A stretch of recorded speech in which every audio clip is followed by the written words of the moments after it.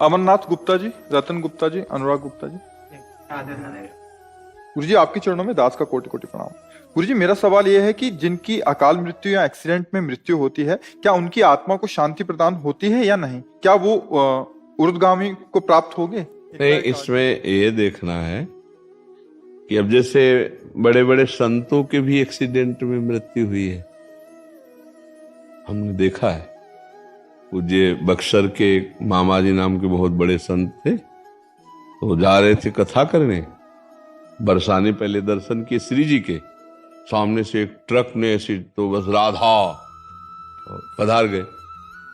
तो अब इनकी कोई आत्मा को अशांति थोड़ी है, तो भगवान के पार्षद है, भगवान में गए, समझ गए। अब जो पापाचरण कर रहा है तो शरीर छूटने के बाद उसको वैसी गति मिलेगी। खास बात मृत्यु कैसे हुई इससे मतलब नहीं है, खास बात है उसने जीवन कैसा व्यतीत किया, इससे है। जैसे पूज्यपाद श्री उड़िया बाबा जी महाराज इतने बड़े सिद्ध संत, और अंतिम दशा होती कि गड़ासा से नहीं, वो एक पागल आदमी, विकसित आदमी, कई गड़ा से ऐसे और उससे, तो अब क्या अधोगति होगी क्या? अरे वो तो जीते जी ब्रह्म पद प्राप्त महापुरुष है, समझ रहे ना। मृत्यु की घटना से किसी के परिणाम को नहीं जोड़ा जा सकता, उसके जीवन से परिणाम को जोड़ा जाता है। उसका जीवन कैसा था? मानो जैसे परीक्षित जी का सर्प काटने से मृत्यु हुई, तो उनकी दुर्गति थोड़ी हुई, तो सीधे परम पद में गए। क्यों? जीवन भगवान में था, भजन में जीवन था। अब जैसे कोई बहुत पापात्मा है, पाप कर्म कर रहा है, तो देखा गया कोई कष्ट नहीं, बहुत आराम से मृत्यु हो गई, बहुत आराम से मृत्यु। हमने देखा है कि कोई बीमार नहीं रहे, वैसे दिल फेल हुआ 2 मिनट में चले गए। एक आदमी पाप करता है, जुकाम नहीं होता है, खूब चौड़ी छाती करके खूब घूम रहा है। एक आदमी बड़े धर्म से भजन कर रहा है और जीवन उसका बड़ा दुख में देखा गया। अब इसी रहस्य को जानना है। वो पाप कर्म कर रहा है तो उसके पुण्य खर्चा हो रहे हैं, सिद्धांत है। अब जब पूर्व पाप और ये पाप जुड़ेगा तो उसकी दुर्गति हो जाएगी। अब इनका अंतिम जन्म है, तो इनके जितने पापों सब भुगता दिए जाते हैं। अंतिम परिणाम जाना जाता है जीवन की धारा से। तुम्हारी जीवन की धारा कैसी रही? अब जैसे एक आदमी है, अचानक बैठा हुआ, दीवाल गिरी, मर गया, उसे आप अकाल मृत्यु कहेंगे, लेकिन अब उसने जीवन कैसा व्यतीत किया है? अगर जीवन भजन में व्यतीत किया तो भगवान को प्राप्त होगा, और जीवन गंदा व्यतीत किया है तो उसके गंदे आचरणों के कारण उसका जीवन का परिणाम। केवल मृत्यु की घटना से कोई उन्नति या उन्नति का विषय नहीं होता, उसके पूरे जीवन से तारतम्य जोड़ा जाता है।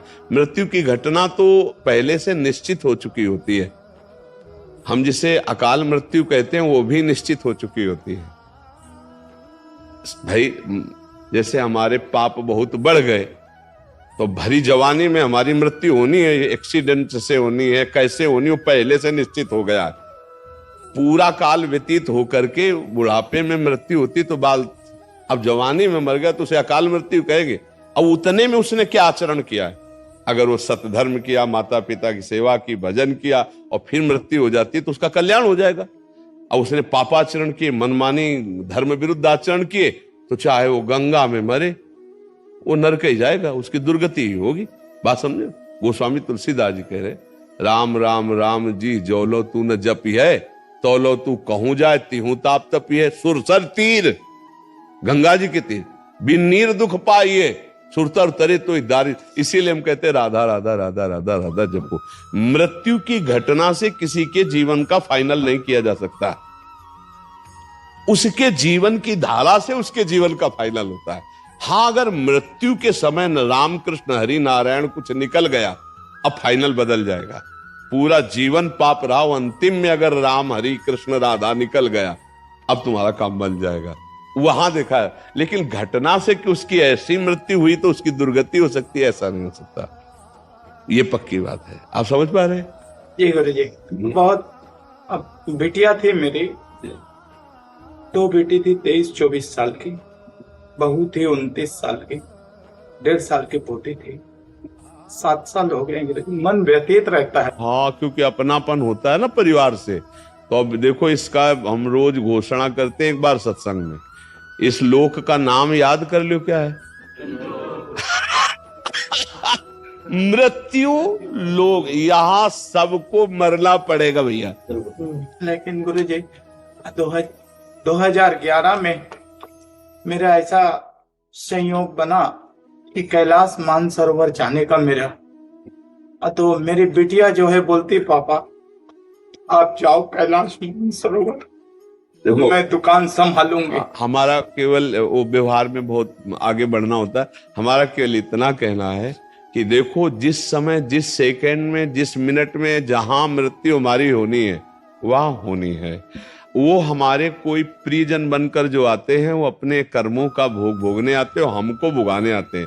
जैसे आप कह रहे हो 7 साल से मैं दुखी हूं, तो दुखाई तो दे के गए ना, वो अपने कर्मों को भोग करके गए और हम उनके चिंतन में दुखी हूं। अध्यात्म यही बल देता है कि उनके चिंतन को त्यागो, हरि चिंतन में लगो।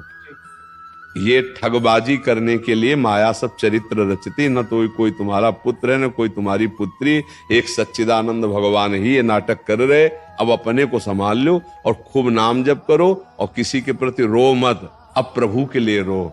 हे नाथ अब तो कृपा कर लो, ये मेरा जन्म अब आपकी प्राप्ति के लिए हो जाए। हाँ, कोई तुम्हारा नहीं। देखो हम एक तुमको कथा सुनाते हैं। एक चित्रकेतु नाम के राजा, भागवत में कथा आती है।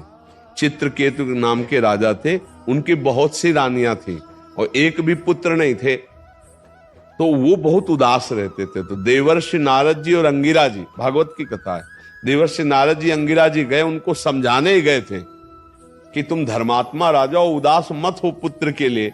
तो उन्होंने जाकर के जब समझाने की कोशिश की तो उन्होंने कहा हमको इस समय ज्ञान नहीं, हमें पुत्र चाहिए, यदि हम पर कृपा करने आए हो तो हमें पुत्र दो। तो उनका पुत्र तो सुख तो तुम्हारे भाग्य में है नहीं, पर तुम हठ कर रहे हो तो मैं तुम्हें पुत्र देता हूं, पर हर्ष और शोक दोनों की प्राप्ति होगी। अब वो ये नहीं समझ पाए कि हर्ष और शोक दोनों की प्राप्ति होगी, पुत्र देता हूं, इस बात पर उनकी बुद्धि टिक गई। बड़ी रानी कृतद्युति नाम था, उनके पुत्र हुआ। अब तो क्या आनंद, चक्रवर्ती राजा थे, हर समय रानी के महल में जाना। तो और जितनी थी रानियां सबको जलन हुई। उन्होंने कहा बहन जब से कृतद्युति के पुत्र हुआ राजा हम लोगों की तरफ देखते ही नहीं है। तो बोले हम लोगों के मिलन में बाधक कौन है? बोले लड़का ही है। तो बोले क्या करें? बोले जहर दे दो। तो धाय मां को अपने पक्ष में मिलाया और जहर चटवा दिया, राजकुमार मर गया। जो ही राजा के पास खबर गई कि राजकुमार मर गया, कितनी मनौती के बाद तो हुआ था। अब वो रोते बिलखते आए, बहुत पैर पकड़ करके माथा बार बार जमीन में पटकने लगे। जब कोई धर्मात्मा दुखी होता है तो उसे संत संग दे दिया जाता है। जैसे आप आए हो ना, तो भगवान की कृपा से संग मिला है। जय गुरुदेव। अब मोई भा भरोसा हनुमंता, बिन हरि कृपा मिले नहीं संता। तो दुख का निवारण इससे। तो अंगिरा जी देवर्षि नारद जी पुनः आ गए और कहा राजन मैं तुम्हें यही बताया था कि हर्ष और शोक की प्राप्ति हुई। हर्ष हुआ पुत्र हुआ, शोक हुआ क्योंकि तुम्हारे भाग्य में पुत्र सुख नहीं है। तो उनका हमको उपदेश नहीं, मुझे पुत्र चाहिए। तो उनका तुम्हारे पुत्र की जीवात्मा को बुला दूं? तो उनका बुला दो।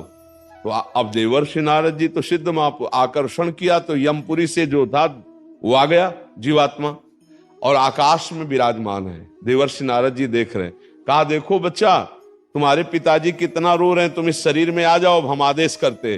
तो उनका देवर्षि नारद जी ये केवल अपने स्वार्थ के लिए रो रहा है। ये कई बार हमारा बेटा बन चुका है, कई बार पत्नी बन चुका है, मैं किसी का बेटा नहीं हूं, मैं अपने कर्म का भोग इसके यहां भोगने आया था, मैं जा रहा हूं। जो ही सुना चित्रकेतु ने बोले बेटा बोल रहा है हमारा, बोले तुम्हारे बेटा की जीवात्मा बोल रही।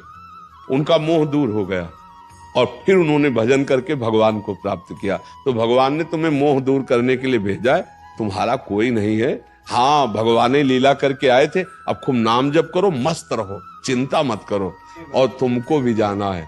जय गुरुदेव। ये बात जान लो कि तुमको भी जाना। तो जाने की तैयारी, जो चले गए उनके विषय में क्या खो, उनकी तो ट्रेन छूट गई, तुम्हारी न छूट जाए, इसलिए तुम पहले अपनी बेग भर लो।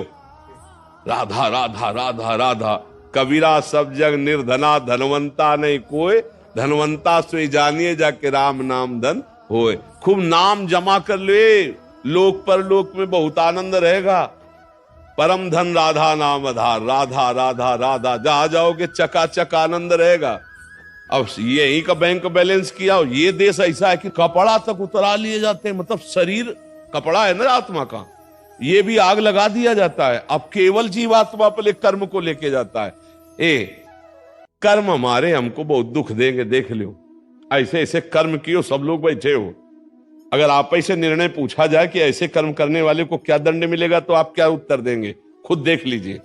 जो आप कर्म किए हो और अपने को क्षमा कर दिए हो, वही कर्म आप एकांत में डायरी में लिखो और फिर सोचो कि अगर मुझे निर्णायक बनाया जाए इन्हीं कर्मों का दंड देने के लिए, तो हम क्या दंड देंगे? वो कर्म सब तुम्हारे सुरक्षित हैं दंड देने के लिए, जिनका तुम्हें दंड नहीं मिला। तो राधा राधा राधा राधा भगवान को पुकारो तो कह रहे हम सर्व पापेभ्यो मोक्षयिष्यामि मा शुचा, मैं तुम्हें समस्त पापों से मुक्त कर दूंगा। तो अभी समय है, अभी राधा राधा राधा राधा कृष्ण कृष्ण हरि हरि, अभी अपना कल्याण कर लो, रो पीटो मत।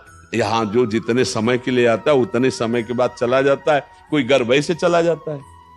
एक आए थे परिवार के, उनका 6 वर्ष का अकेला लड़का, 6 वर्ष का लड़का हमारा मार दिया भगवान ने। उनका भाई अगर हमारी बात समझ में आवे तो भगवान ने नहीं मारा, वो जीव अपने कर्म से केवल 6 वर्ष के लिए भारत भूमि में मनुष्य रूप में आया, अब वो चला गया। तो आपका भी कर्म है कि अब आप दुख भोग रहे हो उसके वियोग में। नाम जप करो, भगवान को कोसो मत। जो जितने मिनट के लिए आया उतने मिनट ही रहेगा। अगर रोकने की बात होती तो भगवान जी दशरथ जी को मरने नहीं देते। हुआ ना दशरथ जी का मरण, जटायु भगवान के हाथ में ही शरीर छोड़ रहा है कि नहीं छोड़ रहा है? इससे हमारी बात ये समझो, सुनो भरत भावी प्रबल बिलख कहो मुनिनाथ, हानि लाभ जीवन मरण जस अपजस विद्या। खूब राधा राधा जपो, मस्त रहो और तैयारी करो चलने की। ये रहने वाला देश नहीं है, हर चीज यहाँ की छुड़ा ली जाएगी। दुनिया में लाखों का मेला जुड़ा, हंसा जब जब उड़ा तो इसलिए देखो, समझ जाओ तो फिर रोना क्या, और जब जाग गए तो सोना क्या। अगर ज्ञान में जग गए तो फिर मोह में क्या सोना, अगर समझ गए तो फिर क्या रोला। एक बार मरना है, सबको मरना है, मरने की तैयारी कर लो। जो पहले से तैयार न थे पछता पछता कर चले गए, जाना पड़ेगा। इसलिए राधा राधा राधा, कब जाना कुछ पता नहीं। पीछे तलवार लिए खड़ी मृत्यु, कब गला काट दे, किस रूप में काट दे, कुछ पता नहीं है। कुछ पता ले, कुछ पता ले। नाच रहे हैं और नाचते नाचते ऐसे हुए और गिरे मर गए। फिल्मी गाना चल रहा है और नाच रहे और मर गए। मुंह का लील नहीं सकते, आ बोला तो फिर आगे धा नहीं बोल पाओगे। जितना बस उतने में रोक दिए जाओगे। सरकारी काम है, सब छीन लिया जाएगा, पहले ये समझ लो। तुम्हारा यहां कुछ नहीं रहेगा। स्त्री पुत्र परिवार मकान दुकान बैंक बैलेंस सब छीन लिया जाएगा, तुम्हारा शरीर छीन लिया जाएगा। तुमको अकेला यहां से जाना होगा। तुम्हारे पास होगा तो तुम्हारे कर्मों की पोटरी होगी, धर्म और अधर्म जो किया है, और इन दोनों पोटरियों को आग लगाना हो तो नाम जप करो, राधा राधा राधा राधा राधा। बढ़िया चकाचक व्यवस्था होगी, मरने में भय नहीं लगेगा और भगवान के समीप जाकर आनंद भोगोगे। जैसे भारत में आनंद ले रहे हो, ऐसे भगवान के दिव्य धाम में तुम्हारे लिए हर व्यवस्था होगी। अलग महल होगा, बढ़िया भोजन व्यवस्था बढ़िया, मरना है नहीं। ठाकुर जी का भोग मिलता है वहां धाम में, प्रियालाल के साथ खेलने को मिलता है और परम सुख प्राप्त होता है। मरने का भय नहीं, आना जाना नहीं, बुढ़ापा नहीं। खूब मीठा खाओ, शुगर नहीं होगी। हाँ, high blood pressure low blood pressure नहीं होगा भगवान के धाम में। इसलिए हम सब तैयारी करें भगवान के धाम में जाने की। नाम जप करें, खूब नाम जप से आनंद आएगा। आज से रोना छोड़ दो, बंद कर दिया। हाँ बिल्कुल, नाम जप, हाँ नाम जप करो। हम जो कह रहे हो तुम्हारे को परम मंगल में बात कह रहे हैं, नाम जप करो। इसीलिए संतों के मार्ग में आके मैं हमारी पत्नी को मैं एजी वो जी कहना 7 साल से छोड़ दिया हूँ। हरिओम के नाम से पुकारता हूँ। बहुत बढ़िया। वो आपको क्या कहती है? वो भी हरिओम ही। अच्छा, बोले हरिओम तो बोले हरिओम है। ये बहुत बढ़िया, ये बहुत बढ़िया, नहीं बहुत बढ़िया, नहीं अच्छा ठीक है। अपने यहाँ भी बुलाते राधे तो बोले राधे, ऐसे बात करते ना। श्री हरिवंश तो कहेगा हाँ श्री हरिवंश, अपने भी ऐसे ही बात करना। ठीक है।